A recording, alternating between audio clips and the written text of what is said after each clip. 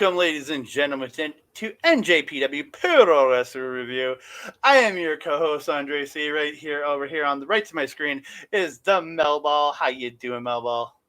Hey, I cannot complain. It's been a pretty good start to the week. We've had a nice couple of days of some amazing wrestling. And man, we've got some big news that just kind of came out of these shows, Andre. This has been off the chain. Yeah, this weekend was full of start. This past weekend full of Stardom, which we're Hmm. going to be reviewing upcoming Monday. We'll be coming out with another Stardom show reviewing the New Blood and the other trying and the Stardom Awards show. I want to say it's called. Um, Yeah, it's almost kind of like the entertainer of the year, wrestler of the year kind of ceremony. All the girls are dressed up. and matches. So there are Yeah. matches involved too. So that I'm looking forward to. But we're here to talk New Japan, which came out with a bunch of news coming out of the January 21st show, which we will be covering next week because it Mhm. will be becoming available on New Japan World on January 28th for just your subscription price. It's like 30 some bucks Canadian. We're not making it rich doing shows right now. So we're gonna hold up and we're gonna talk about next week and along with some of the stuff from the New Beginning tour. We're gonna talk about them. But coming out of that show, we had some big news being announced the following day. So we're gonna get into that right here. Right here, the biggest one coming out of that Keiji Muto challenging Tetsuya Naito for the for his last match at the Pro Wrestling Noah show on the 21st. That's a huge match, in my opinion. I honestly was expecting Sonata for this one. I'm very surprised that it's Naito. But that being said, I do expect Sonata to be in Naito's corner for this. I'll be disappointed if he's not. But yeah, to have the honor of having being chosen by Muto for his last match, what an amazing opportunity Naito's being given here. I don't think he could have chosen any. The only person I think he could have chose better was maybe Okada, just from an I mean, he in-ring got his own standpoint. issues. Yes, and we're going to get to that. But again, I think marquee value and in-ring a guy that again Muto's in his 60s, I want to say now, or late 50s, and he moves I'm with you. slowly. This guy's going to make him look like a star, and Mhm. he's a name to help draw for that show. They're going to the Tokyo Mhm. Dome. They gotta Mhm. put butts in seats. This match is going to help put butts in seats. Coming off of the 21st show with the kick to the head, the table, everything. Kazuchika Okada, Kaito Kiyomiya, champion versus champion. This I think Muto's match is a big seller, but this is going to be a huge selling point for a lot of fans. Oof. I mean, the buildup for this alone is kind of intense. Mm-hmm. Now looking at this picture here, I mean, how much does Kaido kind of look like a 20-year-old version of Okada, much in the same way Shota almost looks like a 20-year-old version of the Ace. My He is goodness. very much a young Okada. Like it's the look is Mhm. so similar, like the jawline, everything, the eyebrows. It's scary. It really It's a little is. scary. What are you guys doing out there in Japan, man? But yeah, the setup for this, I mean, goodness, rest like protect Kevin Kelly and Chris Charlton at ringside. Our poor little commentator is getting just wrecked. My top Okada, commentary team in the world. I don't want them hurt. we need them, Okada. Yeah. He's certainly living by his stable's name there of chaos. He definitely lost his cool on Yeah, Kaido there. very much so. And the other match on that card that was announced, it's Hiromu Takahashi, the current IWGP Junior Heavyweight Champion, versus Amakusa, who is the Noah's Junior Heavyweight Champion. So again, it's Hmm. another champion versus champion, but in the junior division. I'm very much. I've seen a few Amakusa matches. I haven't seen a lot of his stuff. He's very good, and I cannot wait to see these two mix it up. I think it's going to be an Mhm, absolutely tremendous match. mhm, mhm. I do enjoy the braids that he has. I think that's gonna be a lot of fun to see whipping around there. Yeah, it's gonna. I think it's gonna be a fun time. But Mhm, talking about Hiromu Takahashi, he mhm, had made an announcement the other day, was a couple days ago. We're recording this on Tuesday the 24th. everything we record. It was on Sunday or Monday. He made this announcement. We're getting the All Star Junior Festival on March the 1st. Um, this is going to feature companies, pretty much all the companies in Japan and CMLL, 2AW, 666 Pro Wrestling, All Japan, Big Japan, DDT, Tradition, Dragon Gate, Ganabare Pro Wrestling, Gleet, which is a shout out to Lindemann, Just Tap Out, Kyushu Pro Wrestling, Michinoku Pro Wrestling, Japanese New Japan Pro Wrestling, Osaka Pro Wrestling, Pancrase Mission, Pro Wrestling Basara, Pro Wrestling Freedoms, Pro Wrestling Noah, Pro Wrestling Secret Base, Pro Wrestling Zero One, and Ryukyu Dragon Pro Wrestling. That's all the announced companies that will be participating, sending juniors there.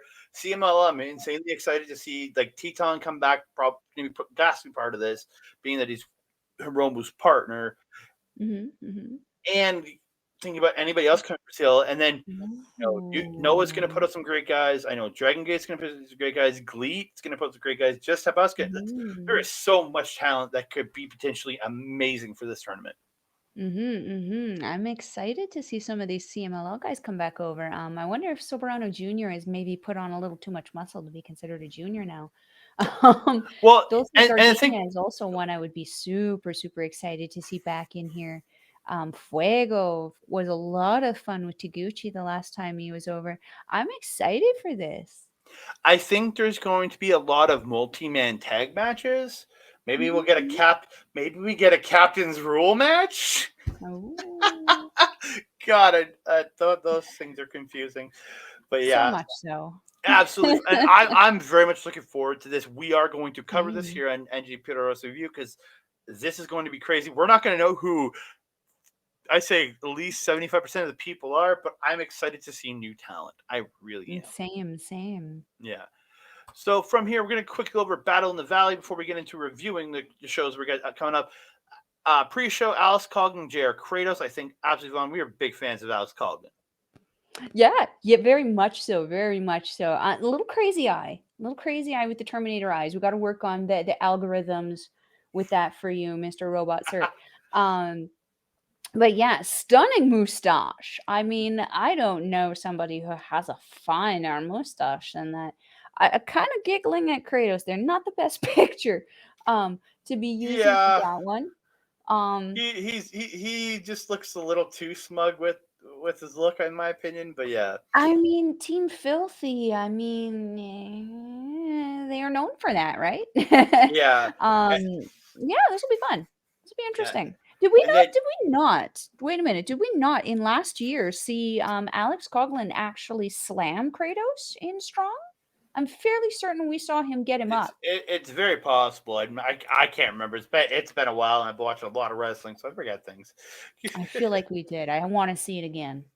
Yeah, and then also in the pre-show, you got David Finlay taking on Bobby Fish. I think absolutely phenomenal match. David Finlay during the G1 and stuff, and the fact that we haven't seen him for a while with New Japan, other than Strong stuff, I want more of this guy. I love him. Yeah, he as you mentioned, he really definitely won a lot of people over in the G1. I feel that this will be a very high energy match because Bobby Fish is also no, small stack there. He's going to take it to David Finlay, and we did kind of see a preview that we'll get into later on in the show here. Yeah, and then we have Eddie Kingston versus Jay White in a special challenge match. I am not the biggest Eddie Kingston fan. I respect the guy for everything he does in that ring. He just doesn't capture me I respect him like I do Bad Luck Fale, and the fact that outside of the ring and when this guy is talking as a personal person online and the stuff he talks about in his mental health, I insanely respect this man for everything he does, talking about mental health and what he encourages. I respect him. I've never been able to get in the character, but he's facing Jay White, who I think is probably one of the best characters in professional wrestling today, and how he draws people in. I'm looking forward to this just because I don't know what to expect from this, because Eddie is very brawler, chop, wants to beat the crap out of you, and Jay White is a very counter technical guy. I would almost describe Eddie Kingston as spastic. He kind of like kind of moves randomly and suddenly, which kind of almost makes his wrestling a little chaotic and very counter ask with the technicality that Jay White does have. Yeah, I agree with you. Jay White is one of the best characters, and I would say arguably one of the best heels, maybe only second to MJF on the wrestling scene right now. And he's just the way that he's able to mentally play with somebody. I feel that he kind of learned a lot of that in Japan, trying to Oh, very, translate very the much so. stories to the Japanese audience who don't really understand what the hell he's saying. Yeah, This will be it's fun. This will be interesting. I'm not entirely sure what to expect out of this one, but Jay White, he's going to make it happen. oh heck yeah. And then we got Mhm. a filthy rules match. So supposedly the ropes are going to be taken down. It's going to be an MMA rules style match. That's what Kevin Hmm. Kelly was talking about on the broadcast from the Mhm. January 22nd show. So I'm actually looking forward to this. I'm a big fan of Homicide. I think again, he's not quite at the level he was 15 years ago when I was watching him at the peak of his stuff in TNA, but I When he love was with LAX. I love some filthy Tom Lawlor. And what is it? 9 days before this show, we're gonna get to see filthy Tom Lawlor right here in Edmonton, Alberta. I am so We excited. are. We are. I And can't we are wait. not going to embarrass me in front of him either, are we, Andre? Oh, I'm going to do that. God damn it. Yeah. And then No. and then the final announced match for that show is again Kairi versus Mercedes Moné. I think everybody's really looking forward to seeing what comes out of this because Mm. I don't know what to expect because both these women are absolutely tremendous in the ring, but Mercedes hasn't wrestled since March or May of last year. Mhm. So I Perhaps hope this she's is the wrestling with one. some people. Yeah, I mean, she's certainly all over her media training with people. She's all over Mexico, all over the US. Now she's in Japan training, training, training. Mm. So at least she's getting the training thing kind of taken care of, which gives me more faith into the individual than, for example, somebody who doesn't train and professionally wrestles every 2, 3 months, you know? I have more faith in that person's ability than the other. So, that being said, what do you think that we can expect to see, Andre? I think we can expect to see the move that was supposed to happen when she debuted properly done. And we will probably hear what she has decided to maybe call it. I'm expecting a moneymaker. I would personally love that. It makes sense because you can also rhyme it with Monet maker, right? And it plays off the other champion's move, the Rainmaker. So Mm-hmm, mm-hmm. you never know. And then Exactly. the other announced thing that has happened, no contestants, is either going to be Okada or Shingo Takagi defending the championship against somebody on this show. So Well, that's all that's that's been not announced. vague at all. Because whoever wins their February 11th match versus somebody on this show, Will Ospreay. But again, Hey, I wouldn't complain about that. I've been quite digging Osprey. yeah, everybody knows my love for Ospreay. So we're gonna get I think into we have different loves for the man. yes, I very much think that. Yes, I believe that. Please. Um, so we're going to get in. We're going to quickly go over New Japan Strong from January 21st, 2023. We're going to start out with a tag team match. C4 Cody Chhun Guillermo Rosas, and maybe I don't know. I'm not good at rolling my R's. Versus the Ra. West Coast Wrecking Crew, Royce Isaacs and Jorel Elson. I love me some Royce Isaacs. Him being Senior Fringe. being the corner man for being the corner man for Tom Lawlor all through that G1 and tagging with him on all those undercards. I absolutely fell in love with Royce Isaacs. He is Mhm. absolutely phenomenal. Jorel Nelson, so good. The only issue I have with this show in its entirety, it looks like I'm watching a independent wrestling show recorded in a bingo hall. The Yeah. lights being shone into the cameras, the graininess almost of it, like the It felt filthy. and half of only one of the commentators being good at their job. I get that constantly with independent wrestling. So, and I am talking about Kevin Kelly Well, as the one that is good at his job because sure, sure. Kozlov, like the guy gives it his all, but it's Mhm. very bland. And I just Mel hates him We're more gonna than I allow do. you to have the nice comment on that one because it's a lot nicer than I would say. But Yeah, but this match was good despite all the yeah, shortcomings of the show. yeah. I honestly, I was getting so confused with the names, so I just called them like singlet and boxers because I couldn't understand the difference between the names. But Cody very very. Chhun and Guillermo Rosas. That's a two completely different names. I know, but keep in mind these are new people and how long it's taken me to learn the difference between a few moves, dude. I know who Cody Chhun is from seeing some independent stuff of his. Mhm. So the other guy I had no idea who he was. He's handsome. He's handsome. You Cody know? or Guillermo? Yeah, Mo. Oh, I thought you were talking I about thought Cody, so but okay. anyway. Okay. Actually, a really fun match. Yeah. A lot of good offense for both teams in this. Mhm. But in the end, Jorel Nelson double knees Rosas, hits a fisherman buster onto Cody Chhun, then does a power bomb face buster thing, like where he brings him up and then he fell back into the turnbuckle. But I think that was actually a mess up. But it looked like he Oh. was just crushing the guy's face.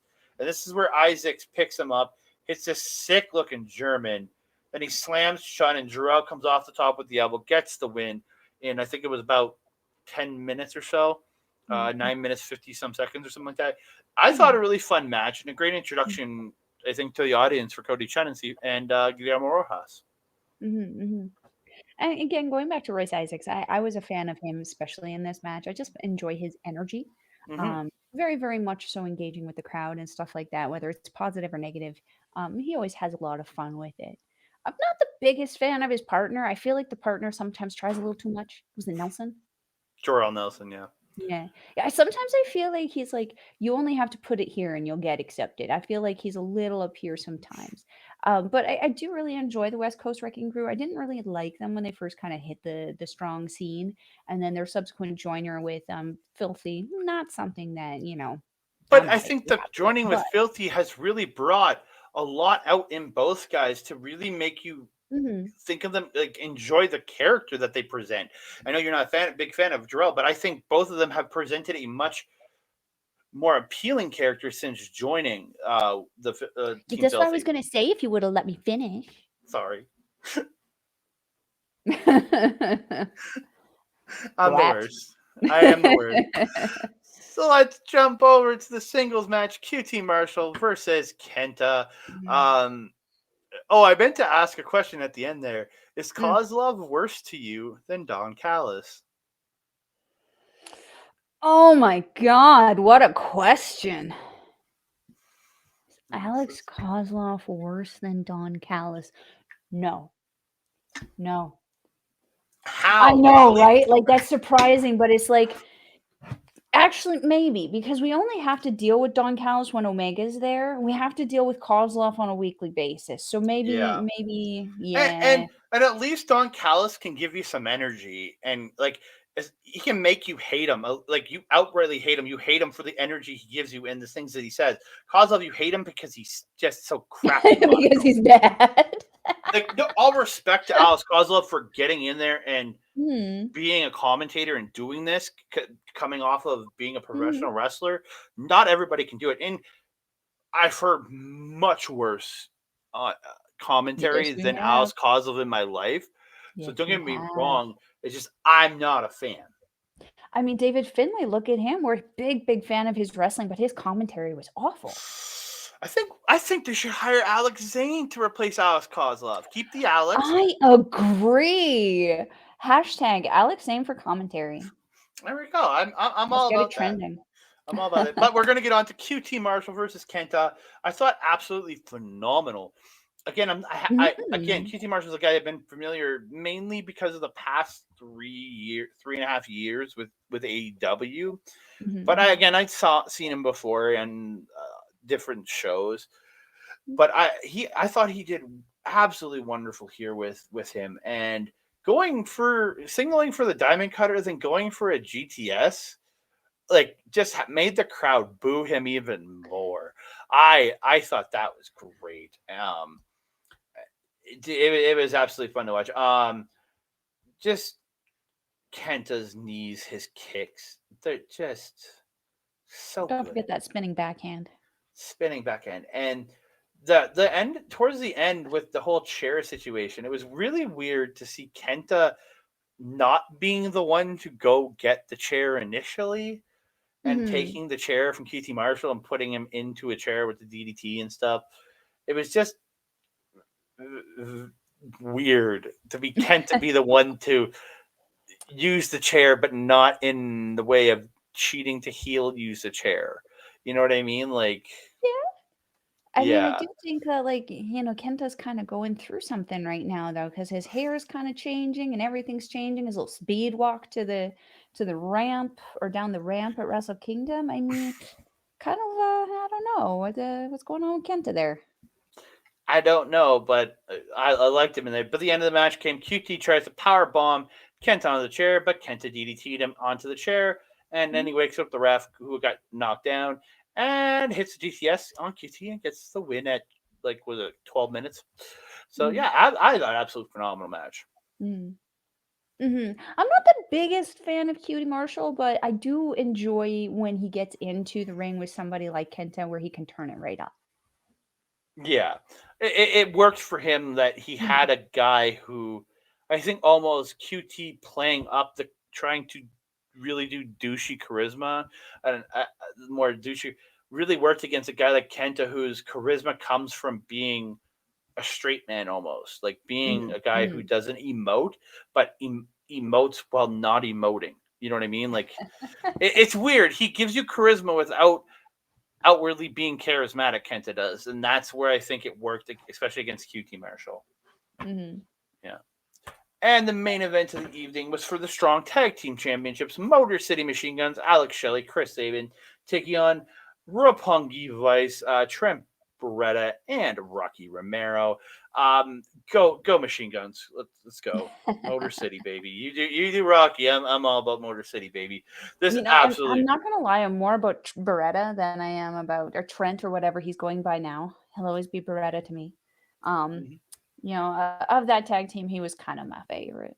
Yeah, I thought, dude, this match it's everything you wanted from these two teams being in the ring.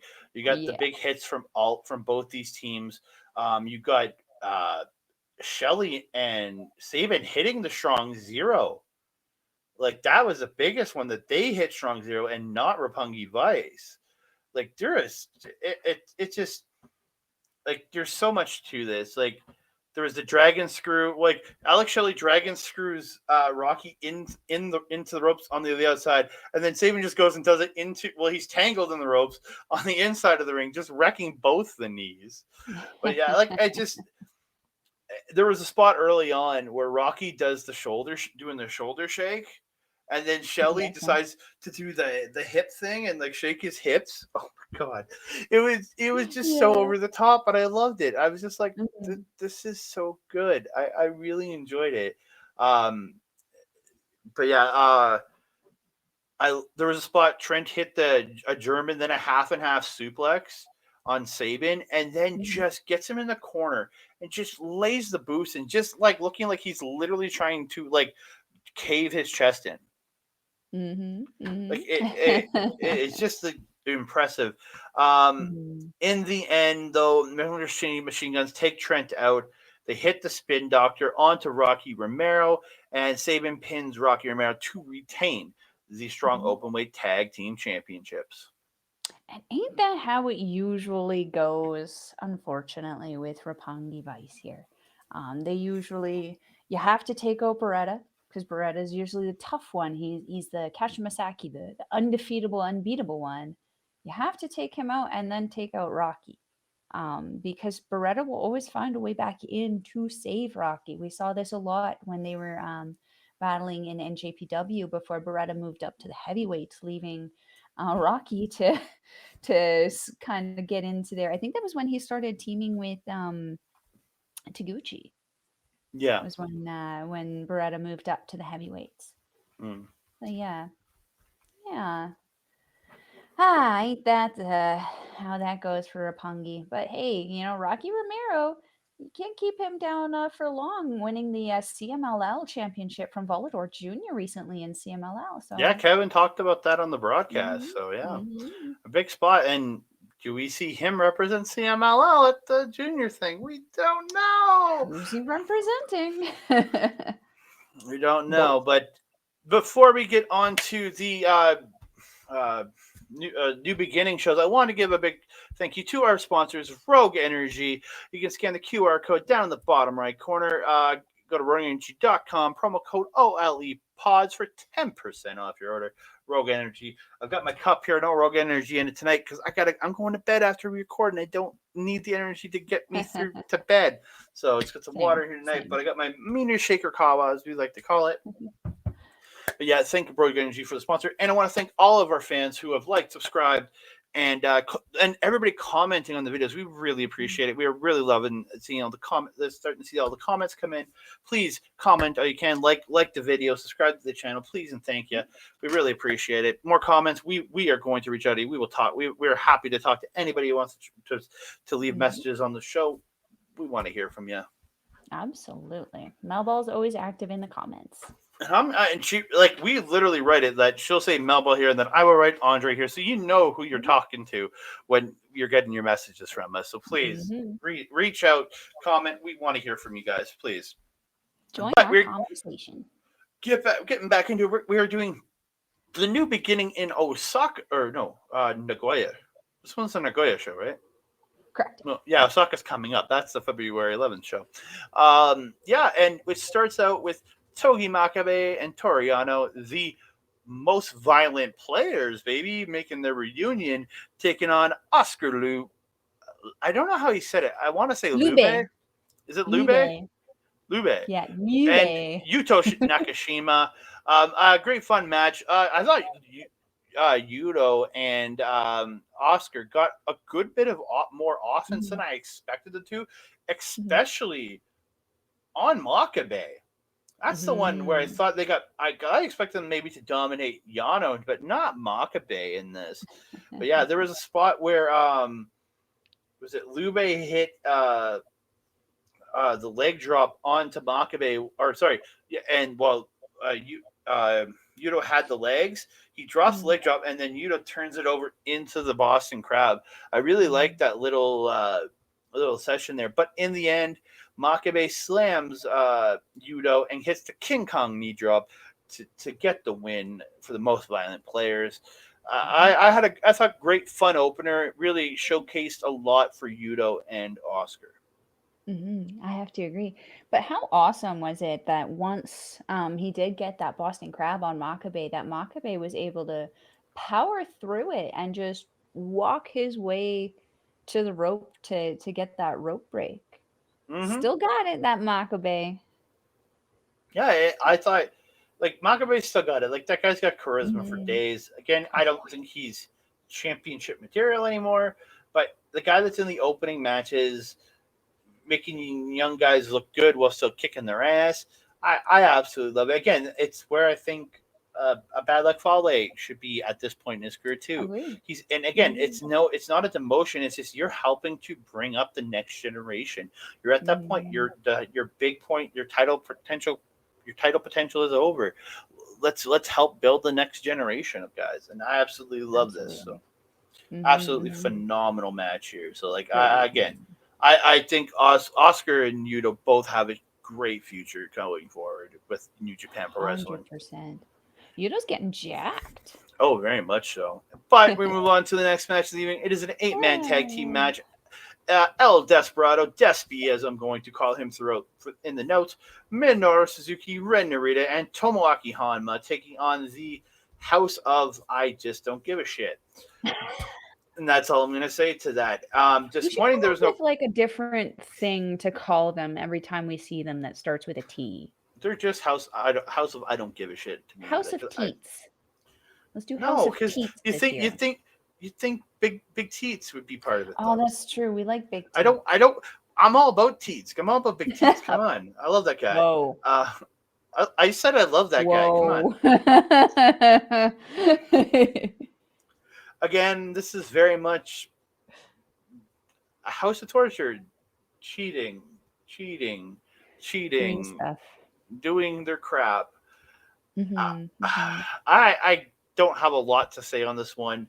Togo, there at one point got the garrote, but it's mm-hmm. broken by Suzuki with the rear naked choke, who gets a hold of the garrote and garrotes Togo, which I really did like that part.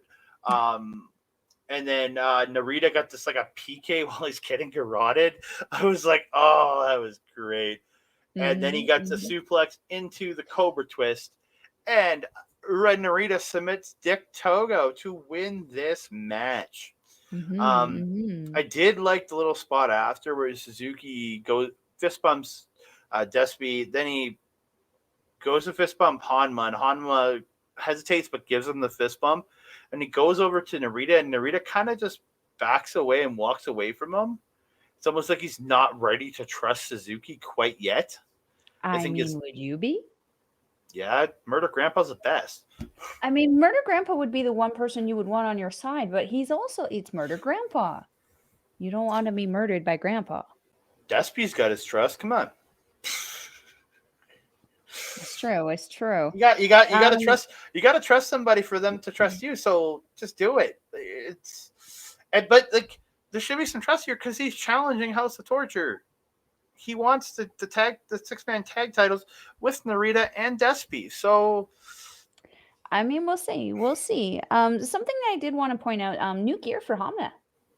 yes, And good new gear for Hamna. I'm really digging there's like now an accent of like chrome blue yeah, it's on the not just the outside there. Hanma Mania tights anymore. I think, Chris. Yeah, it did have like he did used to have like the splashes of pink and stuff on it, but now there's like pink and like this chrome blue. It's very, very sharp on him. Something I also really enjoyed about this match was when Hamna was chopping the shit out of a show there. Certainly Mm. tenderized those titties really, really nice. He blistered those things really good. Gotta, love him for that.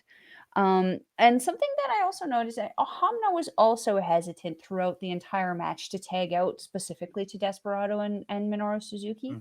Mhm. Suzuki surprisingly acting like a cheerleader for his team, trying to get Hamna to come into the corner and tag him. And when he finally did, I don't like it's been a hot minute since I've seen Minoru Suzuki that limber and that quick again. Like he's still quick and limber before, but it was almost like this match kind of lit a little bit of a fire underneath him, and he got just that little bit quicker towards the end of this match. That was all I wanted And to and point there out. was a spot where Suzuki goes to tag, like reaches up to tag Narita. He's holding on to, I can't remember who he's holding on to, and Narita won't tag him. So he lets go of his opponent, walks over and chops Narita in the chest for the tag. I want So to say that was show, but I'm not yeah, entirely but sure. he chopped Narita in the Yeah, chest for a tag because yeah. Narita wouldn't tag him. That's on Narita, in my opinion. I agree. I agree. At that point, it's like if you're on the team together, that's one thing. It's like after the bell has rung, that okay, you can put that mistrust back on there. But when you're in the match, you need to suck it up, Buttercup. He's on Oh, your very, team. yeah, 100%, 100%. He's not Kenta. Yeah. So again, great match, Hmm. quick match. So you're getting, I think it was like 9 minutes and 30 seconds. Yeah, it was pretty Everything short. on this on the show was anywhere between 10 and 12 minutes, except for the main event. So again, it made for this Mm-hmm. card to go by pretty darn quickly, in my opinion. Mm-hmm. We got one of my favorite matches of the evening, TNDK. You have Zack Sabre Jr., Shane Hayes, Mikey Nichols, and the man, the myth, the legend, Kosei Fujita. The Ichiban sweet boy. Taking on Chaos's Hiroki Goto, Tomohiro Ishii, Yoshi-Hashi, and young boy Rohei Oiwa, the man who wants to be part of TMDK but didn't get the invite. I mean, and maybe he will, maybe he won't. Maybe we'll start to see a little bit of a battle there between Oiwa and Fujita, where Oiwa is trying to prove himself and maybe disprove Fujita. How much of a fun story would that be to kind of throw into the mix? I just love how like in the image though. I just want to say how like Yoshi-Hashi's like stick is just poking up from freaking Ishii's head Yeah, there. He looks like a you just got a spastic rant. unicorn. Just Ishii has just a random horn now, I guess. Yeah. Unicorn Ishii coming into Yeah. NJPW, man. This was a fun one. Mikey Nichols and Yoshi-Hashi starting it off when Mikey Nichols like goes a little cray cray. Mhm. That kind of seems to be what it is that he's known for, though, and I gotta say, I'm kind of living for it. It kind of adds a new dynamic to the ring right now. And to be honest, I never really felt like the character that he played when he was in Chaos when he first came over this Mhm. round for NJPW was necessarily a fit for him. I definitely No. feel like he's come back into who it is that he's supposed to be with TMDK. Well, and Um, you gotta remember he been playing off Shane Hayes and the attitude they've mm, created together for years and years and years. And I don't think they've been a heel team ever before this. So mm, getting to see them kind of have an attitude about themselves and do what they're doing, I mm, absolutely find it phenomenal. And I think Zack Sabre Jr. only makes it better in the mhm, mhm, cockiness aspect. And I do have to give a big shout out to the gear that TMDK was wearing. mhm, They all had the TMDK on the back of their gear. I know Nick was wearing the pants while Hayes and Sabre were wearing the trunks. mhm, And they all had some kind of orange in their gear mhm, um, mhm, to do with it. And I really liked the look. And then they had their name and their country's flag on the front of their tights. I mhm, really liked it, except for Fujita, who, again, I still respected the fact that they kept everything off his gear and kept him just in the black trunks, black boots. mhm, He mhm, is their young boy. Yes, you can wear a TMDK shirt to the ring, but once you get in that match, you are a young boy. You wear your normal young boy gear. I like that. mhm, mhm. Yeah, and that's what Kevin and Chris were saying on commentary quite a bit, that this wasn't a graduation for Fujita in any sense. This is Mhm. him still being a part of the Young Lions like program. He's just been accepted as a TMDK honorary member for the time being because he's Mhm. useful. He's the TMDK young boy. He's their personal young boy. It's the same Mhm. way John Moxley had Shota Umino when he was Correct. over there for the Or G1. He Hikuleo had and Umino Derek. was his young boy. He is their young boy. He's not a full fledged member of TMDK. He's a Mhm. TMDK young boy. Almost like an affiliate. It's an Yes. affiliate program. Yeah. But I thought absolutely phenomenal match. A lot of these Mm. guys doing great stuff. Yoshi-Hashi cheating in this match, coming in and double teaming when he shouldn't be, but Those Bishamon samurais. yeah, they're just willing to cheat, man. I don't know. This is what happens when you steal your daddy's armor. When Hayes hit that reverse power slam on Goto, I was like, "Whoa, where'd that?" Because he picked him up like and just power slammed him, but like face first into the Mhm. mat. I absolutely thought that was absolutely phenomenal. Mhm, mhm. The exchange between Ishii and Zack Sabre Jr. also really, really great kind of beginning and kind of showcase for what it is to expect for their showdown coming up here. I'm not sure if that's on the Really, really 10th or the fun. 11th. I know there's two Osaka shows. I think it's the Uh, first night. I I have think. no idea. Yeah, it's on either the 10th or the 11th show from in February. I honestly don't remember. I honestly don't remember. We'll find out eventually when we see it. Hmm. It'll be a surprise. Definitely. Did you see the win on this one? No. Go ahead, my sir. Oh, sorry. Huge drop kick to the face of Oiwa by Shane Hayes, and he power bombs the shit out of him and gets the win.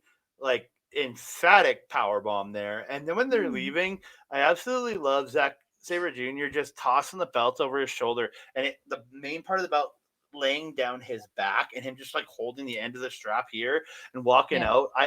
I love. He used to do it with the Rev Pro title when he had that Mhm, too. mhm, I love how he just walked the way he walks out with a belt like that. I think it's absolutely just like mhm. fuck you guys, I'm out of here, and he just carries the belt on that certain way. I really do like that. I also enjoyed how he like simply put I think it was Shane Haste picked up Fujita by the armpits and put him on the you are our little child, you pose here. That was actually really good. It's like, no, dude, you're not main yet. You have to sit to the side, but you're still part of it. You're just on the side. Yeah, yeah. I enjoyed that. I enjoyed Yeah, that. Fun match. Good very match. fun match. And again, I'm a big fan of TMDK, so Mm. Shane Hayes and Mike Nichols are one of my favorite tag teams of all time. So yeah, give me more. Give me more. Move on to a 6-man tag team match. Hiroshi Tanahashi, Jackdo, and Master Wato taking on the Bullet Club's El Fantasmo, Kenta, and Taiji Ishimori. Gotta love, like I say, I always loved the jacket from ELP. Hmm. It's just gorgeous. And then Hmm.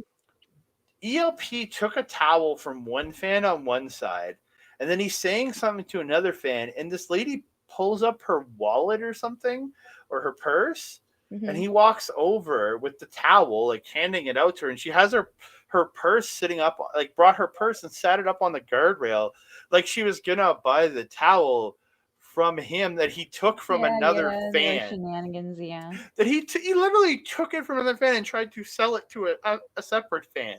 That is just uh Endlessly and entertaining ELP. and then Kenta stopping him. He literally stopped him from selling the other fans the fans towel. I was Good like, guy Kenta.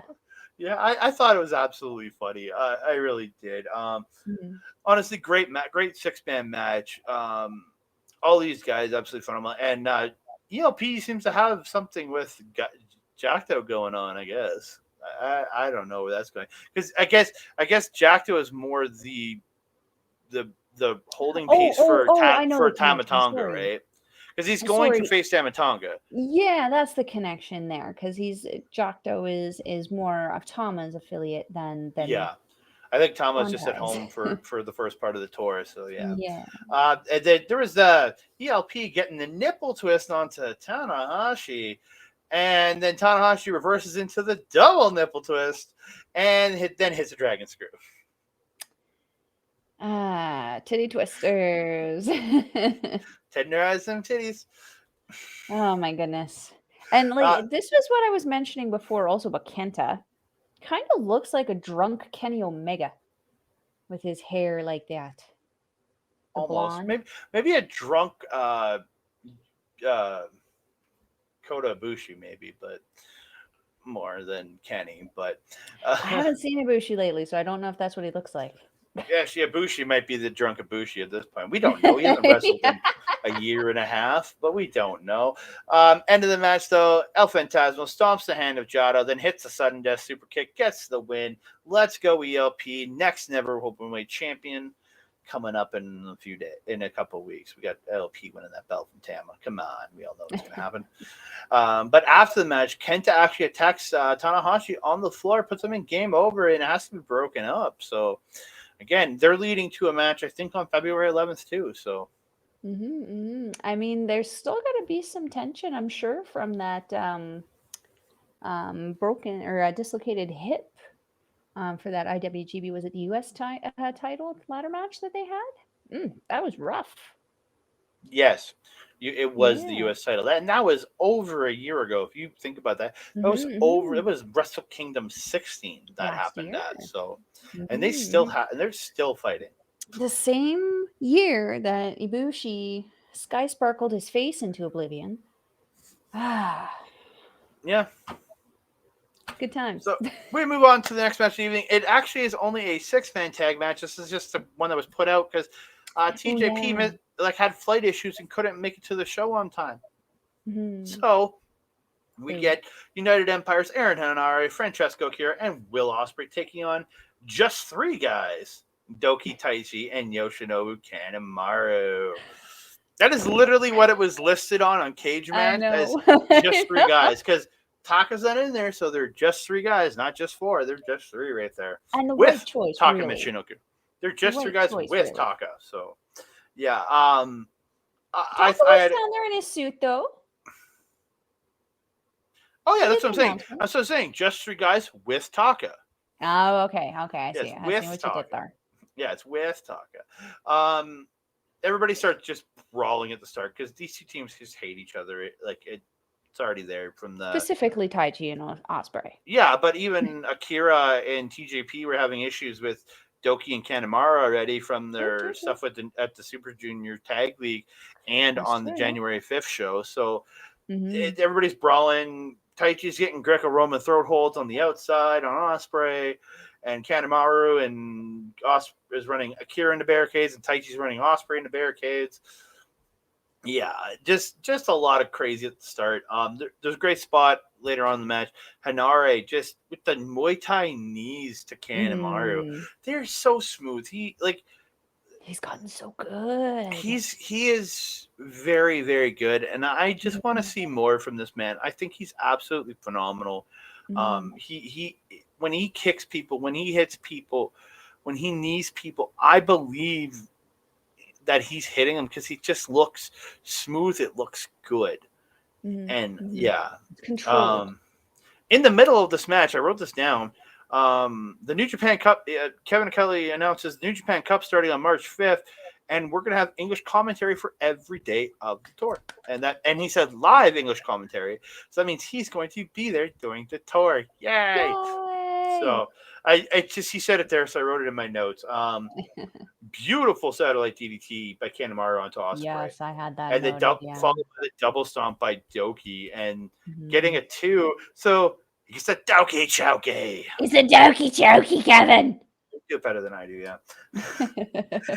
In the end of the match, though, Akira hits a flip up into a DDT, and Ospreay he comes down, hits a DDT, and what is it? Doki comes up, and Will Ospreay comes off the side of the camera and just cracks Doki with the hidden blade, and Ospreay pins Doki. Like, it looked brutal.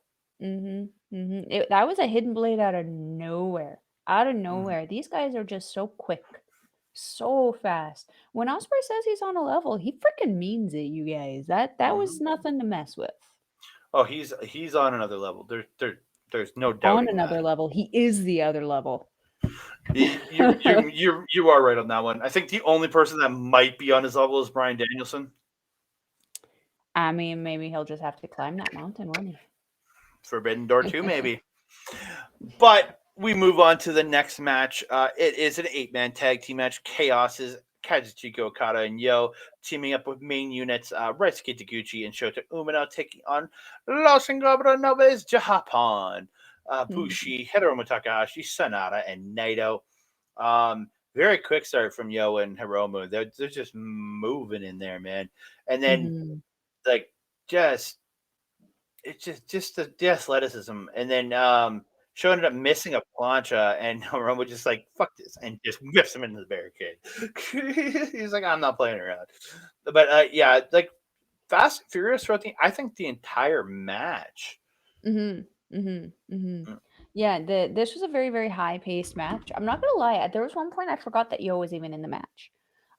Just because I don't think I saw him as much as or paid maybe attention to him as much as I did when Shota was in the ring or Okada, or even Taguchi. I did remember there was one point where Taguchi was throwing his ass around like he usually does.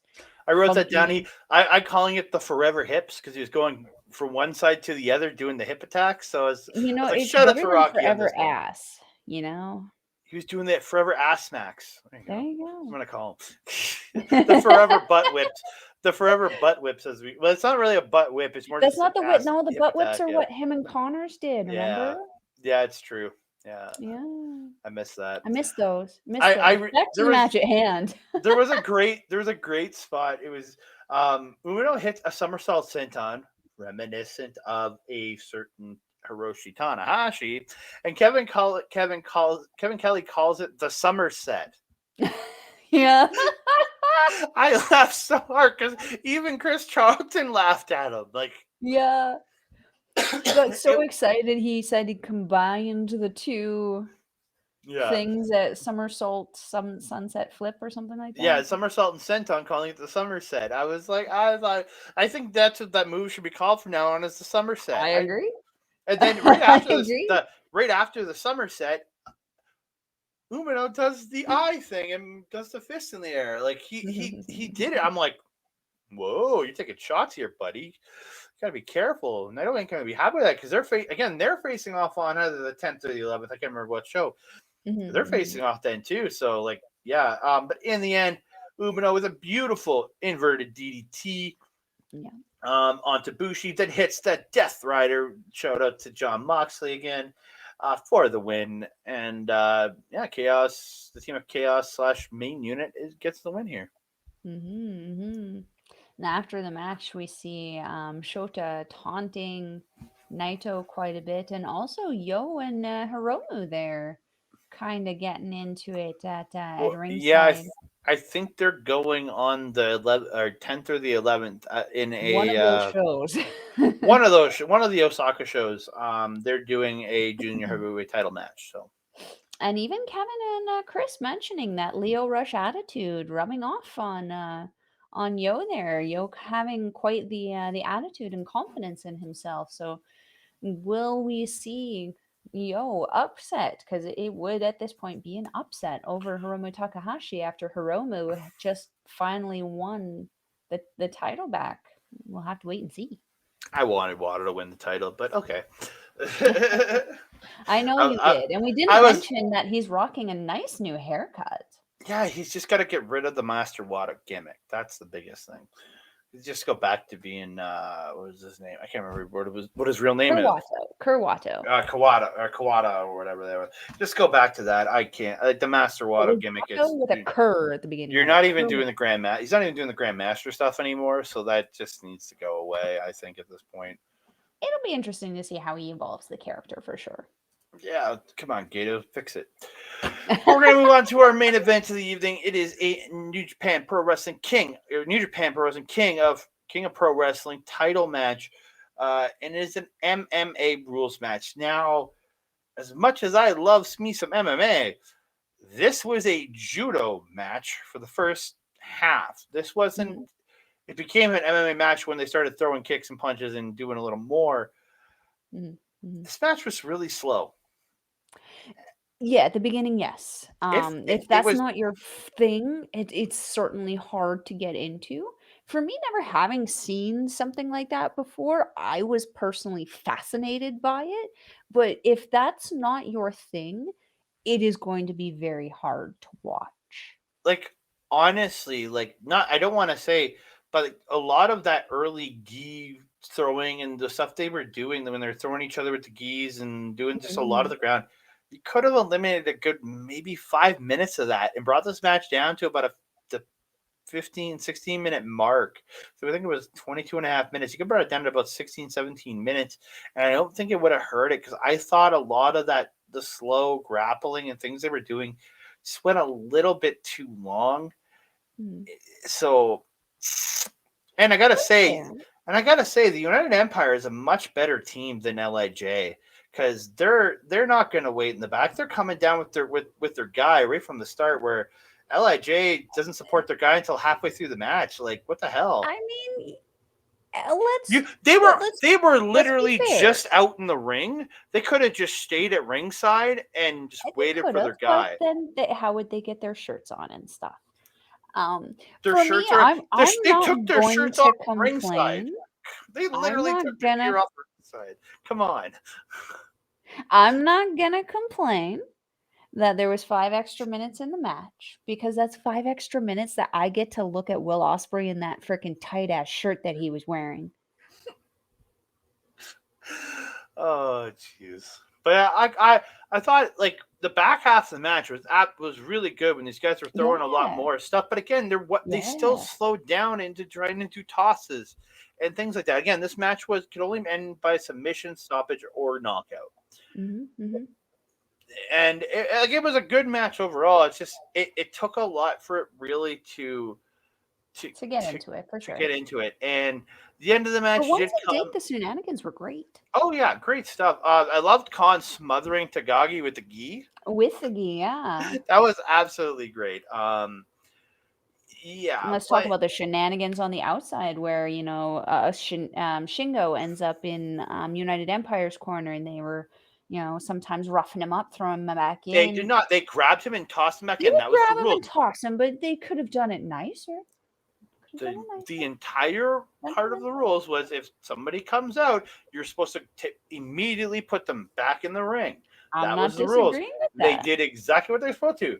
It's Takagi's Out of fault for rolling out. curiosity, is an Oz cutter on the outside really not interfering with it and just throwing him back in? Is that what that is? Is that what that is? That's after he punched another guy. Come on, I mean, at least that's in my that's it. In See, my mind, that's you're what getting happened. technical with it now. That's Oz after cutter on his, the outside is not just throwing him on the inside. There were but that's after shenanigans galore. shenanigans were already happening with the rest of LIJ at that point. So And United Empire. he got Oz cuttered inadvertently. We'll go with that. I'm gonna go with that. Oh, okay. Let's talk about Akira getting into the ring. And getting into the ring. He ran across because Hiromu got up on the apron. So Who Akira was ran not across in the ring. but he ran across to get Hiromu to not be in that ring. So and he couldn't have walked around it because it was faster to go across. Because Italianos don't speak Japanese. They don't know how to go around. Did Akira interfere with the two wrestlers in the ring at all? No. He was making sure Hiromu did not interfere in the match. See, you're just making up the rules to kind of go with the United Empire to make them look good, and I'm not going to fight you. I'm not going to fight you. I'm just saying what I see. So okay, we're going to move on. I'm not going to argue with you. I don't like it when you speak over me, sir. I don't like it when you do that. Sorry.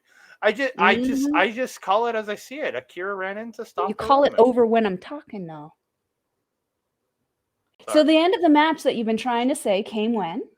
It came when Takagi got the rear naked choke, or not rear choke. It's like almost like a chicken wing choke. Almost. Yeah, kind of like a weird. Not a chicken wing, but he had the arm up above the head, and then pulling a choke, and got. He also had the gi that was helping to pull. I think he had the gi. Yeah, he had gripped onto the gi to help to get the leverage to choke, and gets the submission victory by making Khan pass out.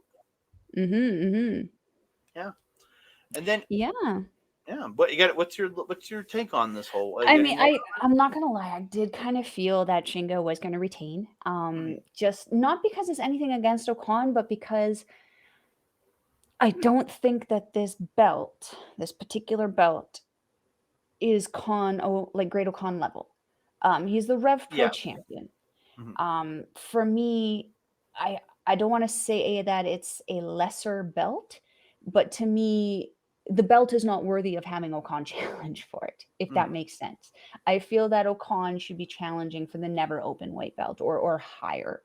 I didn't feel that, but you know how I feel about this belt, man. Like this belt is like, I mean, it looks kind of like who was it in our friends group who said it kind of reminds them of a classic boxing kind of title. Yeah, but it does look better than the television. It looks better than a TV title. I'll give you that. But it is. I don't know. In value, I'd say it maybe wasn't the belt that I wanted to see on Okan. It's not also the belt that I want to see on Shingo either. But with going into his match against Okada, it would look better with Shingo to come in with this win and with this title. You're muted. God, I had to burp, so I muted myself, and I thought no, it's totally fine. At least I caught you before you got too far into your sentence. Kevin Kelly did say at the start of the match, whoever won this. So when he said that at the start, that's when I was like, oh yeah, Takagi's not losing this. There's no way. Because Takagi and Okada is the marquee match for the February 11th show. Like don't get me wrong, Okada would be amazing. Oh yeah, 100%. But I think Takagi's the bigger match because this is a rematch, essentially the rematch from Wrestle Kingdom 16.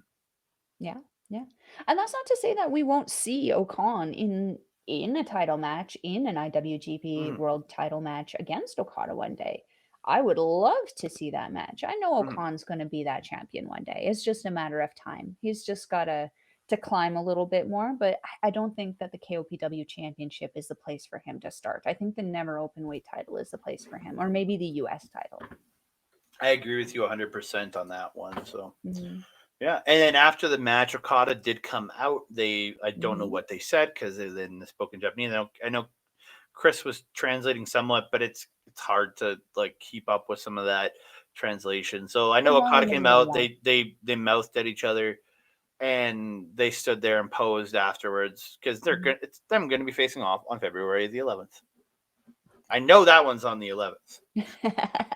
We got that one for shiz. Yeah.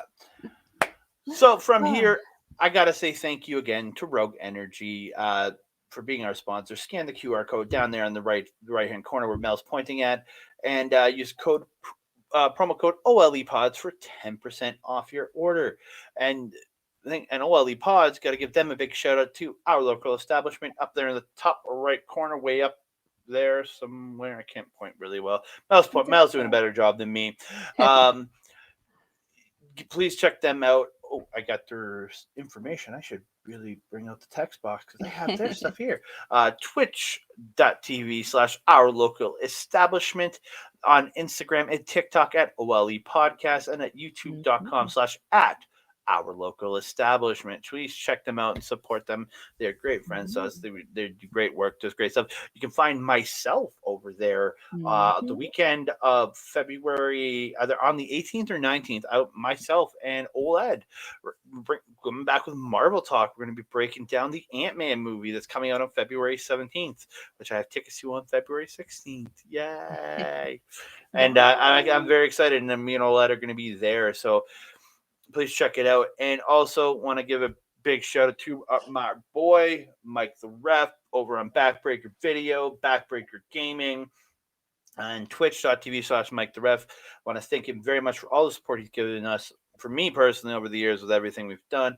And I got to thank him for supporting us here at Andre Melball Wrestling Talk for simulcasting there, which if you are watching uh, us over on Backbreaker Video, please check out Andre and Melball Wrestling Talk on our YouTube at youtube.com / Andre Melball Wrestling Talk. And if you're watching us on the YouTube, I want to say thank you very much for checking us out. We really do appreciate it. Please like and subscribe, like the video, subscribe to the channel, and please leave all the comments you can. We want to hear from you. We want to hear what you're thinking about professional wrestling. We had somebody just posting about Julia on the last Stardom show, and thank you so much. I don't have the name in front of me. I really do It was apologize. Will. Well, thank you so much for reaching out, and we want more from everybody. Please talk to us. We want to hear from you. We will write back 100%. We love talking our wrestling talk. And also, if while you're over at our local establishment checking out Andre's Marvel Talk, you'll want to check out my little show over there, which is called Paramindful, which is a show that I do with Carl and my friend Alex, where we talk about spooky ooky ish, all things kind of spooky, haunted, cryptids, aliens, you name it. If it's spooky, we're probably going to talk about it. You'll also want to check out as blah blah. As Andre mentioned, all of our fun friends over there. We got Chris Parrish and Bobby Munson doing Busting Out. Bobby and Papa Smokes also do fusions. You have Astro Pizarro and OLE. Oh, is it OLED? You said OLED. OLED. OLED. I love it. I love it. Sorry, Astrid and OLED are doing taking over on a weekly basis. And of course, you want to check out my good friend Astrid Pizarro's website also. She and I do the Ladies Wrestling Showcase every 2 weeks. We're going to be posting one this Friday. About Tomorrow. yeah, yeah, tomorrow. Yes, going to be tomorrow at 5 p.m. Eastern, 3 p.m. Mountain Time, where we're going to be discussing Mercedes Monet. We're going to be discussing the WWE Raw 30th show and the kind of scandal and controversy coming out of that with the ladies. So we're going to have a lot of fun with that. You don't want to miss out. Also, if you are wanting to follow and watch NJPW, we'll leave a link in the description box below, but you will want to go to not www because that's not a part of the thing. It's just njpwworld.com. It is 900 and I think 99 yen, approximately $10 Canadian. Might be a little cheaper for you if you're American, but you definitely want to check that out. It is certainly worth the price to get your hands on some amazing wrestling. You can check out our life coach, amazing Fale on the Alliance Roar on there. That being said, Andre, my friend, now that I've had my long-winded rant about our amazing friends, if we're wanting to find you on social media, where are we going to find you? Right there on the bottom, you can see on Twitter at that Canada guy, Instagram at that Canada dude, and you can find me on Facebook through the Andre Melball Wrestling Talk Facebook page. And if again, throw your comments in at youtube.com/Andre Melball Wrestling Talk, which hopefully you're watching us right now. Throw your comments in. We want to respond. You can contact me and Mel there. And if you're wanting to follow a Melball on Twitter, you can find me at Collins Melball, or you can find me on Facebook and Instagram at Melball Collins. And like Andre said, you can find us on our Andre and Melball's Wrestling Talk on Facebook. I am constantly on there, posting all kinds of thirst traps for both the boys and the girls. You don't want to miss out on that. So that being said, Andre, do you have anything else to say to the beautiful people? We are good to go, babe. We're good to go. Excellent. So that being said, over there is your Andre. I am your Melball. We will see you next time. Adios.